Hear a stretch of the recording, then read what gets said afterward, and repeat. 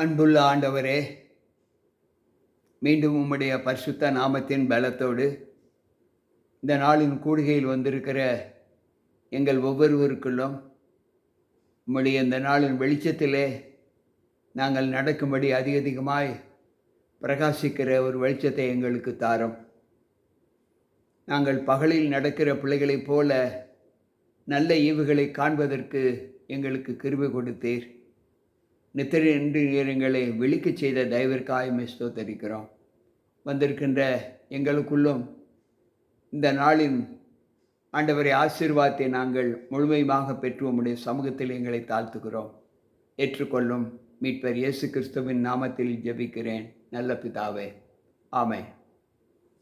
அன்பு பிள்ளைகளே, கர்த்தருடைய வார்த்தை இந்த நாளிலும் நம்மை எப்படி பலப்படுத்துகிறது என்பதை நாம் யோசித்து ஆண்டவர் சொல்லுகிற வார்த்தைகளுக்கு சாட்சியாக நம்மை இந்த நாளில் நாம் ஒப்பு கொடுக்கப் போகிறோம். இந்த நாளில் ஆண்டவர் ஒரு தனிப்பட்ட மனிதனுடைய நிலைகளை குறித்து ஆண்டவர் சொல்லுகிறார். நான் உனக்கு என்ன செய்ய போகிறேன். வேதாகமத்தில் ஆண்டவர் ஒரு தனிப்பட்ட மனிதனுடைய விசுவாசத்தை குறித்து அவர்களுக்கு செய்த நன்மைகளை நாம் அநேக நிலைகளில் நாம் அறிகிறோம். உதாரணமாக யோபுவை எடுத்துக்கொள்வோம், மோசேயை எடுத்துக்கொள்வோம், எலிசா, எலியா, தானியேல், சிம்சோன், இப்படிப்பட்ட பலதரப்பட்ட மக்கள் ஆண்டவரோடு இருந்ததை நாம் அறிவோம். அவர்களுக்கு வரக்கூடிய இக்கட்டுகளிலிருந்து ஆண்டவர் அவர்களை எப்படி காப்பாற்றினார் என்பதையும் நாம் அறிவோம். ஆனால் இன்றைக்கு பாரூக் என்கின்ற ஒரு மனிதனை குறித்து நாம் சிந்திக்கப் போகிறோம். இந்த பாரூக்கு யார்? ஏன் ஆண்டவர் இவனுக்கு இப்படிப்பட்ட ஒரு வார்த்தையை எரேமியாவின் மூலமாக கொடுக்கிறார் என்பதை இன்றைக்கு நாம் சிந்திக்கப் போகிறோம். எரேமியா 45வது அதிகாரம் 1வது வசனம் இப்படி சொல்லுகிறது. ஓசியாவின் குமாரனாகிய யோயாக்கீம் என்னும் ராஜாவின் 4ஆம் வருஷத்திலே நேரியாவின் குமாரனாகிய பாரூக் இந்த வசனங்களை எரேமியாவின் வாய் சொல்ல ஒரு புஸ்தகத்தில் எழுதுகையில், எரேமியா தீர்க்கதரிசி அவனிடத்தில் பேசி, பாரூக்கே, உன்னை குறித்து இஸ்ரவேலின் தேவனாகிய கர்த்தர் சொல்லுகிறது என்னவென்றால், நீ இப்பொழுது எனக்கு ஐயோ, கர்த்தர் என் நோவை சஞ்சலத்தால் வர்த்திக்க பண்ணினார், என் களிப்பினால் என் தவிப்பினால் இளைத்தேன், இளைப்பாறுதலை காணாமற் போனேன் என்று சொன்னாய் என்கிறார்.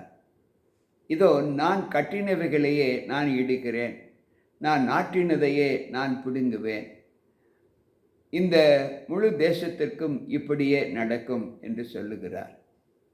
நீ உனக்கு பெரிய காரியங்களை தேடுகிறாயோ? தேடாதே. இதோ மாம்சமான யாவரும் தீங்கை வர பண்ணுகிறேன் என்று கர்த்தர் சொல்லுகிறார்.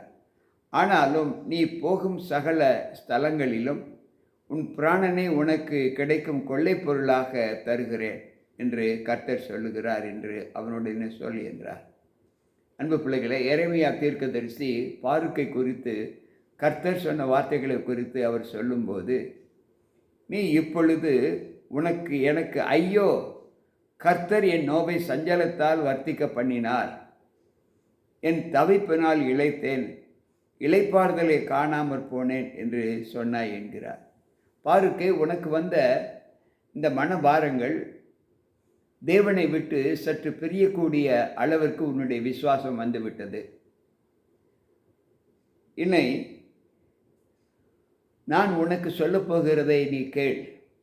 நான் எதை கட்டினேனோ அதை எடுப்பேன், நான் நாட்டினதையே நான் பிடுங்குவேன்.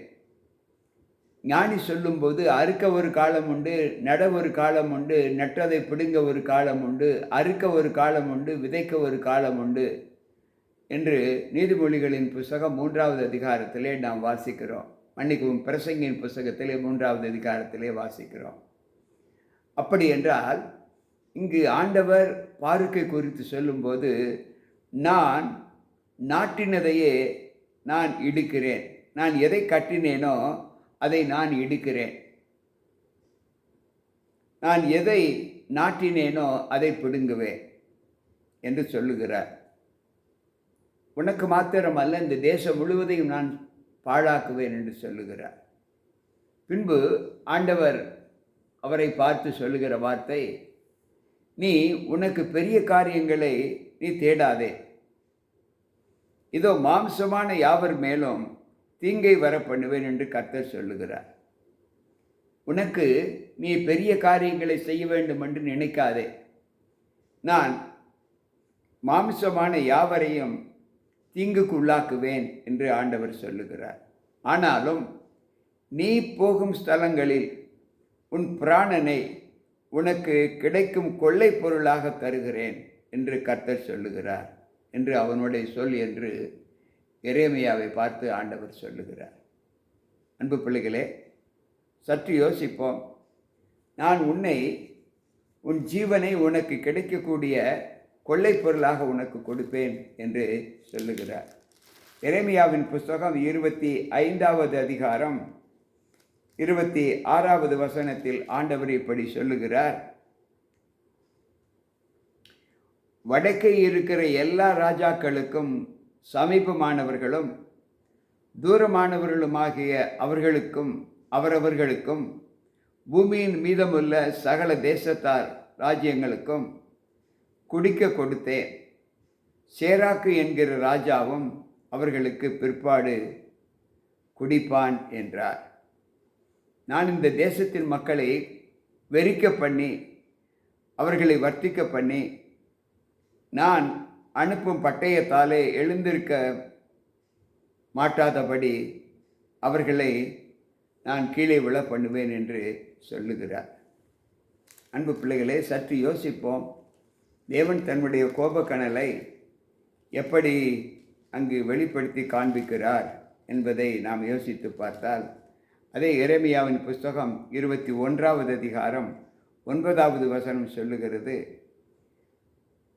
இந்த நகரத்தில் தரித்திருக்கிறவன் பட்டயத்தாலும் பஞ்சத்தாலும் கொள்ளை நோயாலும் சாவான்.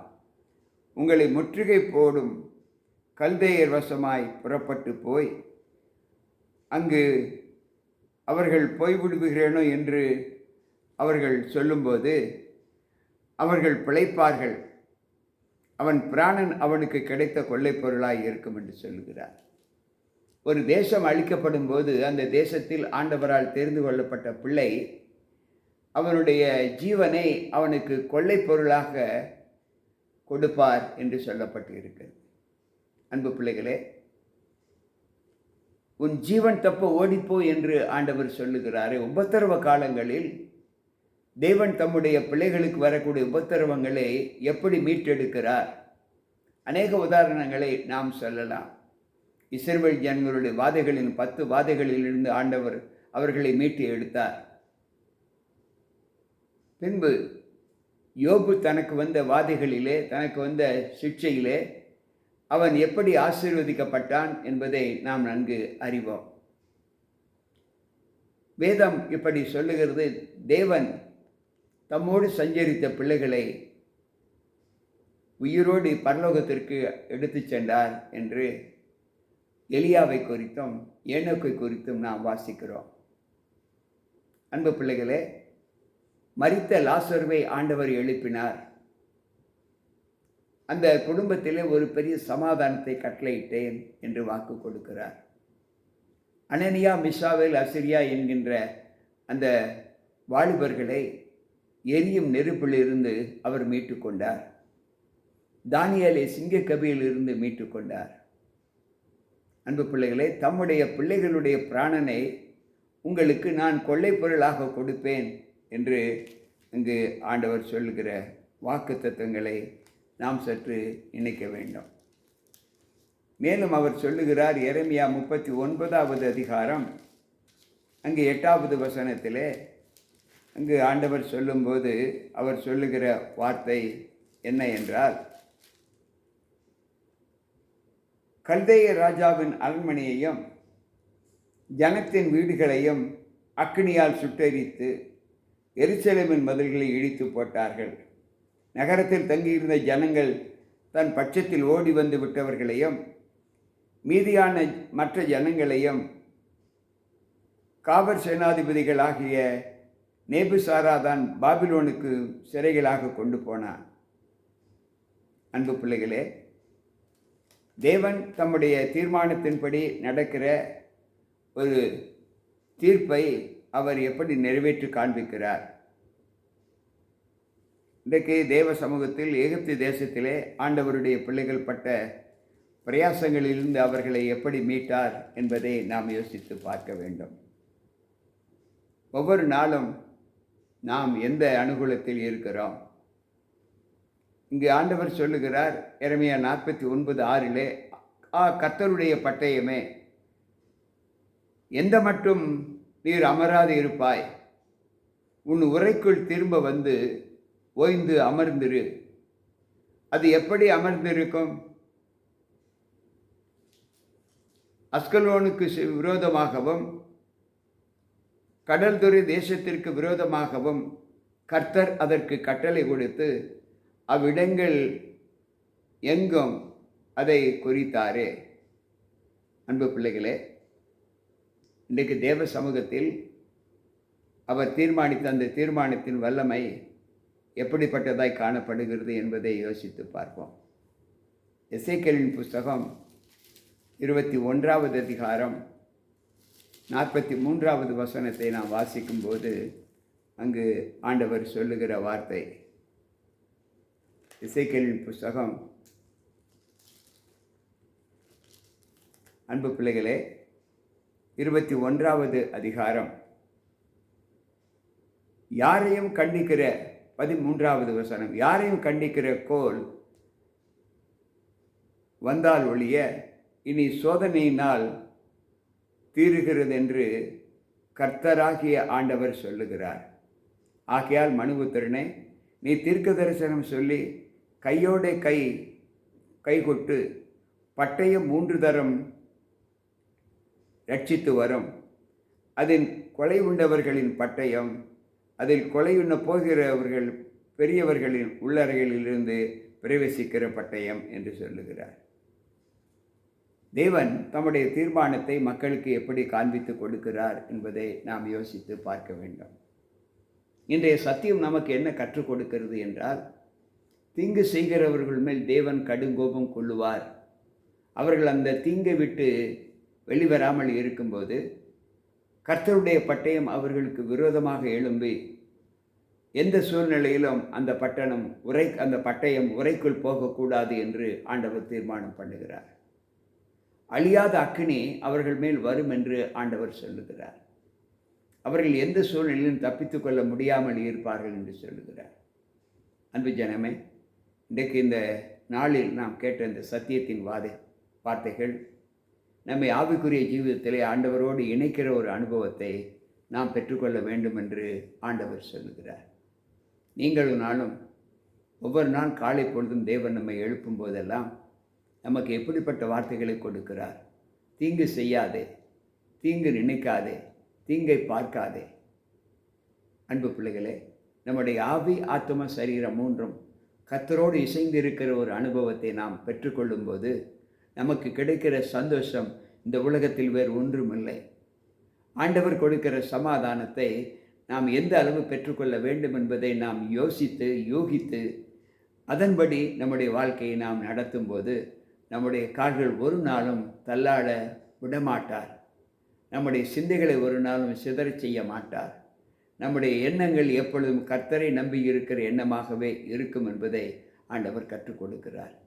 நம்முடைய ஆத்மா நமக்கு கிடைத்த கொள்ளைப் பொருளைப் போல மகிழ்ச்சியை கொடுக்கும் என்று ஆண்டவர் சொல்லுகிறார். அன்பு பிள்ளைகளே, இன்றைக்கும் நம்முடைய ஜீவன் தேவனுக்கு பிரியமானது என்பதை நாம் அறிந்து அவருக்குள் நாம் நிலைத்து அவருடைய வார்த்தைகளுக்கு நாம் செவி கொடுத்து அனுபவிக்கிற அந்த அனுபவத்தை நாம் கை கொண்டு தேவனுக்கு பிரியமாய் நடப்போமா? வாருங்கள், ஜெபிப்போம். அன்பு ஆண்டவரே, இன்றைக்கும் பாருக்கு கொடுத்த அந்த வார்த்தைகளைப் போல எங்களுக்கும் ஒரு நல்ல ஆசீர்வாதமான ஒரு வார்த்தைகளை நீர் கொடுத்தீர். நாங்கள் தீங்கை விட்டு வெளியே வந்து, ஆண்டவரே அவளை விட்டு வெளியே வாருங்கள் என்று சொன்னீரே, அந்த வார்த்தையை நாங்கள் ஏற்று அவளுடைய தீமைகளுக்கும் தீங்குகளுக்கு நாங்கள் உடன்படாமலும் எங்களை காத்துக்கொள்ள நல் வார்த்தைகளை கொடுத்ததற்காய் ஸ்தோத்திரம். இந்த நாளிலும் நீர் எங்களோடு கூட இருக்கப் போகிறீர். அதற்காக நன்றி ஆண்டவரே. நீர் எங்களுக்கு காண்பித்த இந்த நல்ல நாளின் வெளிச்சத்திலே எங்களுடைய கால்கள் தடராதபடி, எங்களுடைய சிந்தைகள் சிதறாதபடி, எங்களுடைய வாய் அபத்தத்தை பேசாதபடி எங்களை காத்துக்கொள்ள உம்முடைய சமூகத்தில் ஒப்புக் கொடுக்கிறோம். வந்திருக்கின்ற ஒவ்வொருவருக்குள்ளும் உம்முடைய கிருபை, உம்முடைய சமாதானம் தங்கியிருந்து பாதுகாத்து கொள்ளும். மீட்பர் இயேசு கிறிஸ்துவின் நாமத்தில் ஜெபிக்கிறேன் நல்ல பிதாவே, ஆமென். அன்பு பிள்ளைகளே, கேட்ட சத்திய வார்த்தைகள் நம்முடைய வாழ்க்கைக்கு ஒரு பெரிய வெளிச்சத்தை கொடுக்கும் என்று கர்த்தருக்குள் நம்புகிறேன். மீண்டும் ஆண்டவருடைய சமூகத்தில் நாளை சந்திப்போம். உங்கள் போதகர் ஜி.கே. ராபர்ட். கர்த்தர் நம்மோடு இருப்பாராக. ஆமென்.